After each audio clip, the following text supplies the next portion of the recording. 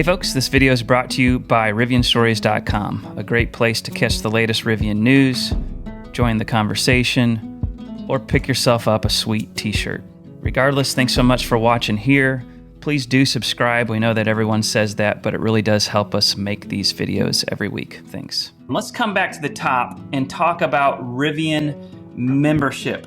Do you guys remember 2 weeks ago when this came out? And can you tell me off the top of your head what some high points were when you first heard about that? It's free for a year. Yeah, no doubt. Is it just free from a year when you get your vehicle, Jimmy? Or do you want to expand on that? Yeah, I don't. Unfortunately, like we've said 100 times when it comes to Rivian announcements lead to 700 more questions. Mm-hmm. I would assume personally that would be if the year starts the day that you receive your vehicle. Mm-hmm. Or else, that would just really suck to get a free year's membership, but it expires by the time you do get it. Right. because you're so far down the list. Killing me. Yeah, that's what we've all said. And some of these questions that I ask, I have to set up the obvious, but these are questions that are asked in all the forums and on our site and all that kind of stuff. Yeah. But yeah, and the big reason it's totally suck is because unlimited charging at no cost on the Rivian Adventure Network and at all Rivian Waypoint chargers across the country coming online this year. And then there was speculation on oh man, maybe if that's slow, maybe they'll have to extend it, all that kind of stuff. Any kind of thoughts on that, free charging? So I'll jump on that one, Kyle. Yeah. And that's going to be of limited value to the early deliveries because the network's not really going to be very built out in potentially in that first year. So that's an issue. It's probably why it's free, Skylar, that first year. Yeah. Jumping over to the S1, I think it's 145 level 2s that they've actually currently got installed and ready to go. But unless you've actually spotted them and that person who spotted it put it on PlugShare, there's no real way of finding it yet either. Except for the one under Canvas. I think somebody might have put that one on PlugShare now. But yeah, it would suck if it would suck to get your vehicle right now and you get free charging and you can't use it. Yeah. Yep. Yeah, I also think it just depends too on where you are in the country. Even when the Rivian Adventure Network is actually out and live. There's definitely even Connecticut. I think their plan, if you look at the map, there's only 4 or 5 locations across my whole state, and none of them are close to me. So it's really I'm not really going to use that period. Yeah, but I think the one thing that you'll see too. I've got a Tesla supercharger 2 miles down the road. I used it once just to see what it was like when it first got installed because it came online a month or two before we got our car. Yeah. But you'll never use anything close to home. Everything that you're going to use is 75 to 100 and 75 miles and out from there. Sure. Sure. Unless that's a whole nother story, but yeah. And let's be honest. The real value of this free charging is going to be with the DC fast charging and the Rivian Adventure Network. Right. And that is honestly what's going to take the longest to roll out as well. And I haven't looked recently, but I think last time I looked at permits here in Texas, there was less than 5 DC fast charging sites in the state, if I'm not mistaken. Of course, it's not the only thing. We have adventure extraction. So coverage includes where they'll send out a recovery vehicle if you get stuck on a trail. Charge assurance, where we'll send help to get you recharged if you travel out of range. So a couple cool things there. Any thoughts on that? Peace of mind is nice. Yeah. I think you're going to, based off of the motor trend, electrifying the outdoors. I think we might get there. There might be some new, more adventurous Rivian owners out there that may try their hand at some of these things that they've never done before. Exactly. I.e. the Inexperienced. Yep. Exactly. And not to say that that's a bad thing, but definitely proper planning goes into something like that. Yep. And, Yes. You might get people that assume that they can bite off more than they can chew. And this would definitely save the day for them. Mm-hmm. Yeah, and I will just say to the audience, to the community, don't ever wheel alone off road. Yeah. That's one of the cardinal rules. So don't just venture off on your own into unexplored or territory that you're not familiar with. And I would even say territory that you are familiar with, where you might have an issue. Just don't do it. That's a good segue into really the next part of the membership, which is about community. So never go alone. This whole next part, I'll read this little quote: meaningful change happens when people come together. That's how we've built Rivian, and that's how we want to build our community. So really the second kind of leg of the membership is around this idea of connection and community. And same thing we already talked about, not exactly sure what it means, but it definitely looks like it's going to be in-person gatherings and events. So meeting other people, other Rivian fans and orders out in the wild, doing adventures together. Then they kind of mentioned some digital connection as well. So any kind of ideas or speculation about what kind of things will happen with that? Because that's about what we see. Or what would you guys like to see as far as the community feature of the membership? Well, go ahead, Skylar. We've gotten some teasers on that, and just to the extent that it's going to be really cool. So, I mean, I think Rivian has some great ideas and some good things in store, and I'm really curious to see what that is going to end up being. Mm-hmm. Yep. Yeah, I mean, I could definitely see an opportunity for Rivian to do something, very similar to what Jeep does there in the Easter Safari there in Moab. I mean, maybe not to that level, but definitely some Rivian specific type events that would be a pretty with a lot more of like the community, not necessarily community service, but definitely more of a community service type give back to communities. Yeah, as well as the get together. To that point, we'll come back to this, but to your point about community service there, that's probably what I call the third leg of this is protect. So a community that's going to stand for the planet and getting together with other Rivian community and doing stuff, doing projects together that serves or benefits people is what we kind of see in this little third part here. So yeah, help us create more impact together. So educational programs, kids activities, stewardship meetups, that sort of thing for sure. Land Rover does Land Rover Experience. Like they have experience centers, located throughout the country. And you can either take your car or take one of their cars, and they'll run you through like a full like off-road program, to really test the vehicle's abilities. So I think that would be really neat. Because I actually did one up in Vermont, and this was 2-3 years ago, and it was awesome. Yeah. It was really cool. In addition to, Jimmy mentioned the Jeep Easter Safari, I believe is what it's called, that they do out in Moab. But there are also Jeep Jamborees all across the country.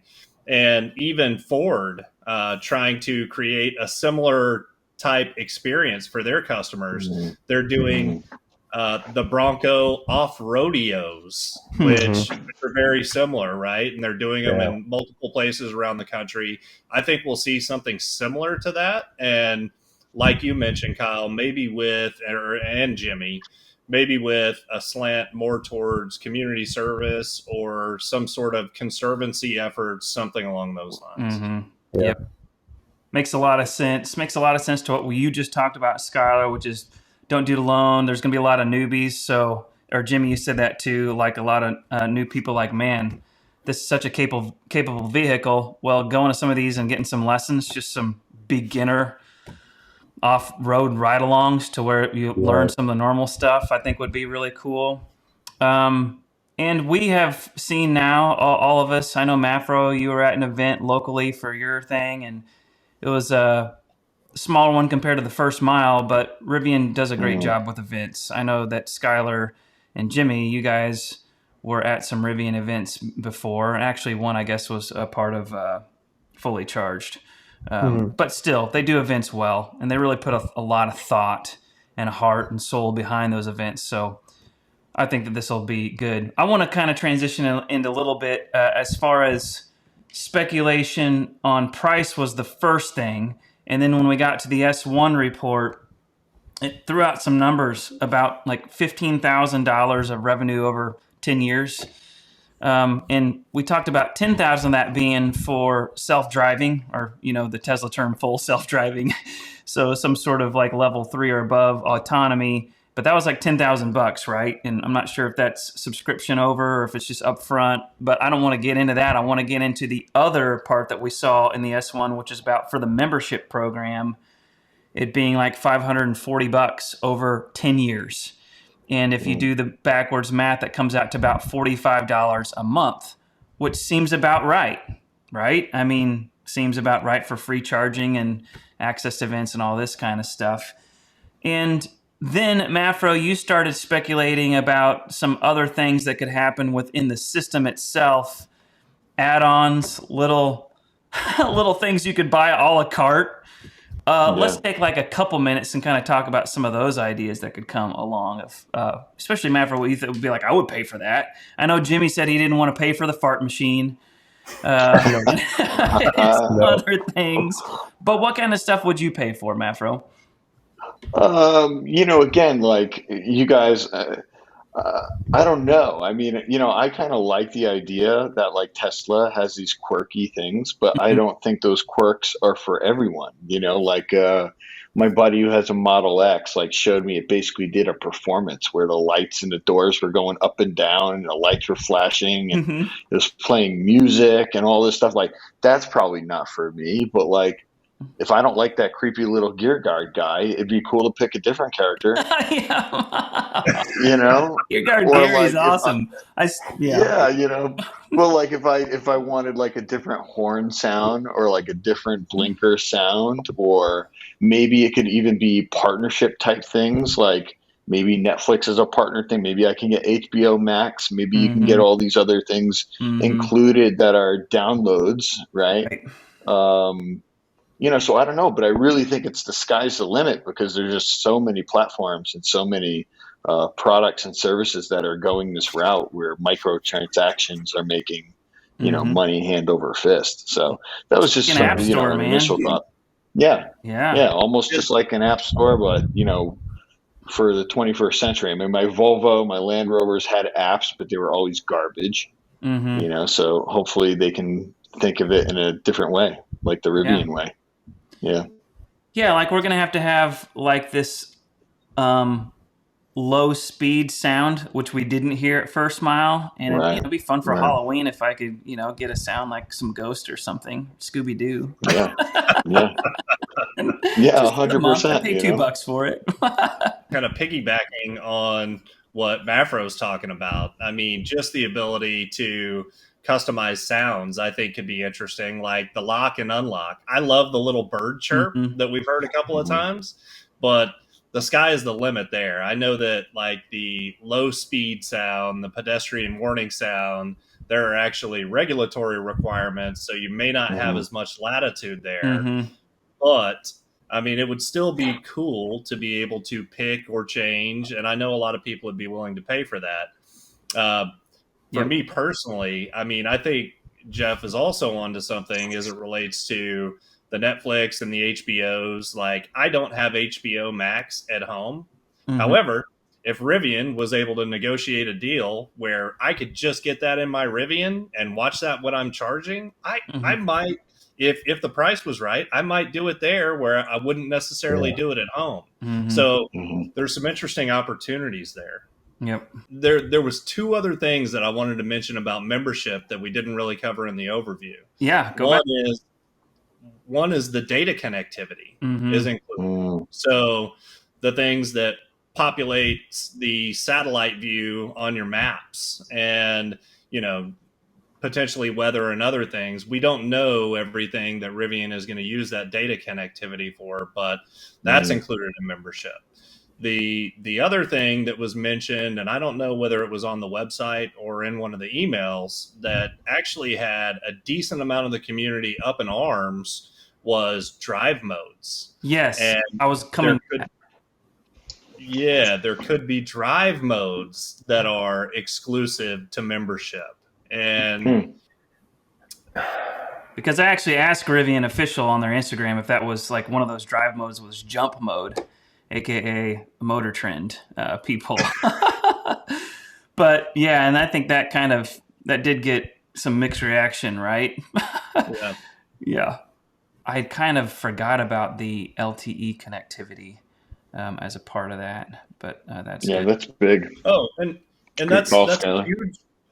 that's a huge part. And one of my main questions for Rivian is, are there going to be tiers to the membership? And can I pick things a la carte? Like, can I just get LTE or LTE connectivity? Can I pick and choose what I get? And we don't have those answers yet. But the other big question that I have as it relates to connectivity is there an eSIM? Could I add it to an existing data plan or data service that I have? That's another big one for me. Yeah, to your drive modes point, though, I'm curious if that's going to be additional than what we already have. Is this, if you go down to what's to come, this is just the beginning, which is further down. As the membership grows, we'll continue adding benefits, including drive modes, enhanced field capabilities, and so on, in-cabin content, whatever else. Way back in the day, and Mafro, you might have mentioned it at some point when you were there at the Connecticut event. But RJ mentioned Jurassic Park mode. Yes. I mean, is that something? I just can't. I guess my point is, I can't imagine them showing off the different drive modes and not going, well, this one, don't count this one as being part of the vehicle when you get it. Even though we've shown it to you and we've shown you the capabilities, we're going to take this one away, and you've got to be a member and pay the $45 a month in order to get access to drift mode or rally mode or whatever the mode might be. So I don't think it's going to be those high level drive modes, Jimmy. I think it might be things like K-turn, tank turn, or like you mentioned, guided tours, which I think could be a huge kind of ad hoc, pay as you go type thing. Like, hey, I pull into this national park and I want my Rivian to give me a guided tour, right? Not only drive the path, but potentially tell me about the things around and the interesting stuff, right? Yeah. I mean, is that part of membership? Or, I mean, I would pay that instead of paying a tour guide. You know, as long as it was narrated by David Attenborough, then. All right, folks, thanks so much for watching. Please do subscribe. We obviously have a ton more coming. And then in the meantime, please join us over at rivianstories.com. We have a lot of great conversation happening over here, and we also have some t-shirts. We'll ship them straight from us to you very soon. Thanks.